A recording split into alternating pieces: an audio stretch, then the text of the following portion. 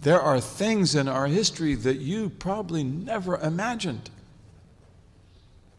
Switzerland, for example.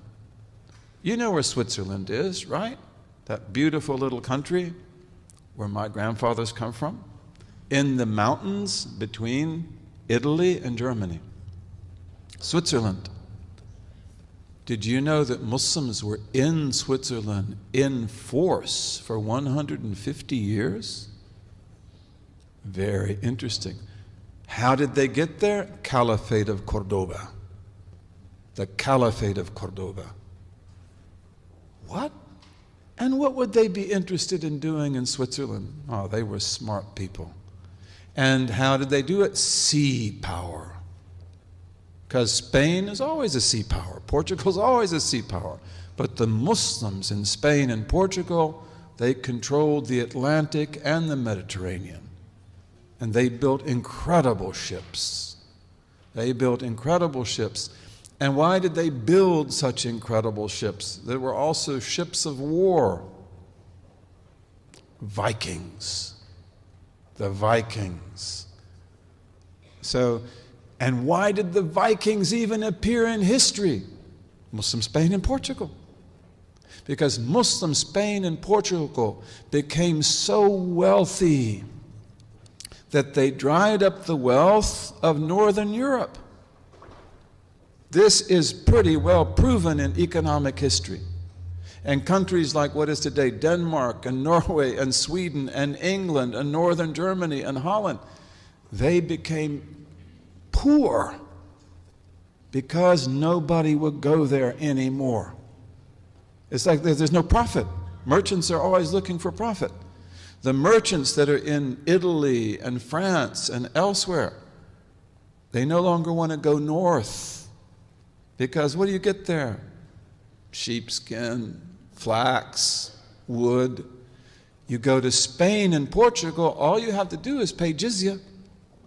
You pay the jizya and you're protected by the state. And then you get gold and silver and silk and oranges and lemons and everything in the world. It's really amazing. This is true. And I could even tell you, because you had people at the University of Michigan who were the masters of this. I don't know if the one in particular is still alive. His name is Ehrenkreuz. Is he still alive? You know, Professor Ehrenkreuz, he was one of my companions.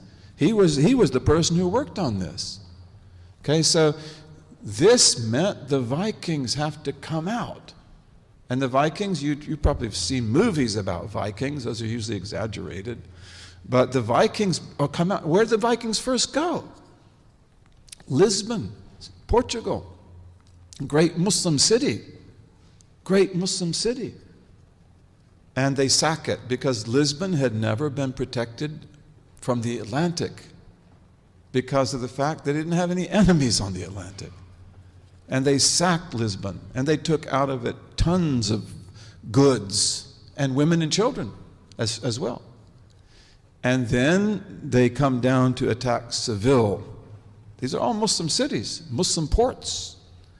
And the caliph at that time, his name was Abdurrahman III.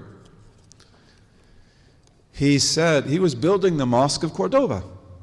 And he said, I won't put a brick on another brick until we get rid of these fire worshippers. He called them fire worshippers. He also called them Normans, Northmen, Norman. They called them Northmans. They called themselves Northmen as well. He said, I won't do, he said, stop the mosque. He said, we will fight these people. We will defeat these people. We'll teach them a lesson. You don't do this to our cities. You want to trade with us? That's one thing. But you want to do this? No, we will teach you a lesson. And the great Maliki scholar of Cordoba at that time is one of our famous teachers, Ibn al-Habib. He said, you are the Khalifa. You know, he didn't say you can chew gum and walk at the same time. They didn't chew gum then. But he said that, you know, you can still build the mosque and you can still take care of the Vikings. And they declared jihad. And in 100 days, the Vikings were finished. Finished. And they were punished. And many of the Vikings became Muslims. And they were settled in Spain in a city that I visited called Jerez de la Frontera. Jerez de la Frontera, which we called in Arabic Sheresh. And it always remained a Scandinavian Muslim city. And there were Vikings in Denmark as well. And ambassadors went to Denmark to see who are these Vikings and how do they fight. Because they have these really fast ships that they use to attack. But what do they do with the women and children? Because they take lots of women and lots of children, we have to ransom them. In Islamic law, you must ransom the prisoner. All the women and children they've taken off to Denmark, we've got to get them back. This is also why the ambassador is going. We'll pay you gold, we'll get them back. But give back our children, give back our women. Okay, so they go there, but also they go there to learn who are these people and how do they fight. And one of the things they learn is that they have war boats. That's what you see in the movies, right? But they have barges. And the barges are where they put the women and children. The barges are where they put the gold and silver. Okay, so this means that they are actually not so, that they have vulnerability because the barges don't move very fast. And that means that they have to always protect their barges at sea.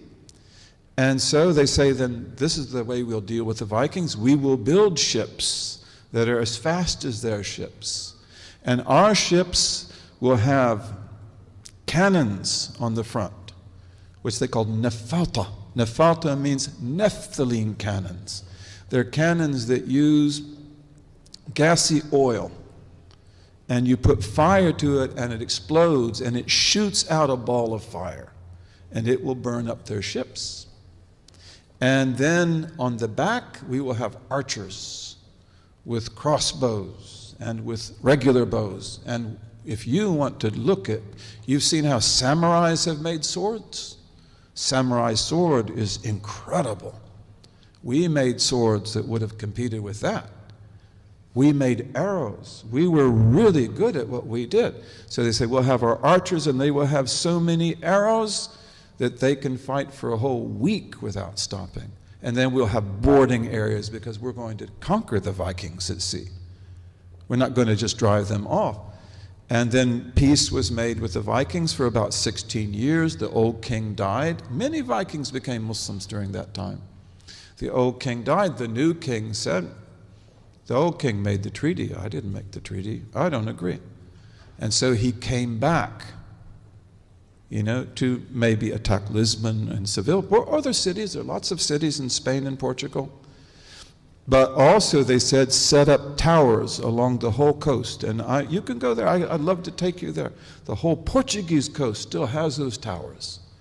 And the Spanish coast also has a lot of those towers. But they were really needed in the Portuguese coast. And these towers are so close to each other that they can send smoke signals, light signals, mirror signals.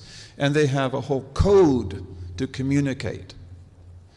And then any time a Viking ship appears, you send the signals out, whether it is day or night, and we go out and get them on the sea. You've got to fight them on the sea. You cannot let them attack you on land. And so the Vikings come back. The first time when they attacked Lisbon, they had like 50 ships. The second time, they had almost 70. 70 warriors. 70 ships of warriors, of Viking warriors. And the Muslims attacked them at sea. And they burned half the fleet. And they took all their barges. And the rest of the fleets escaped. And they went into the Mediterranean. They attacked Morocco, Nadur. They attacked other places. Okay? And that is one of the most important battles in history. You remember that when you studied it in school. You never heard about that, did you? But that is one of the most important battles in human history. And then those ships they will then take to Majorca. All of the islands of the Mediterranean were Muslim islands. All of the islands of the Mediterranean embraced Islam even before Spain and Portugal. Majorca, Menorca, Ibiza. Have you ever been to Ibiza? Ibiza. What word is Ibiza from? It's from Arabic. Yabisa. Dry island. Yabisa. Ibiza. And then they establish ships in Majorca, and on that basis they go up to Switzerland from the Rhone River. Very, very interesting. Very interesting. We have got to write history. We've got to write history. We gave a lesson in Detroit, on African roots in America, African Muslim roots in America, and also pre-Muslim roots in America. And that's not a dream, that's not an illusion, that's historical fact. But why didn't we study that in our history books? We've got to write our own history books, bi-idhnillahi ta'ala.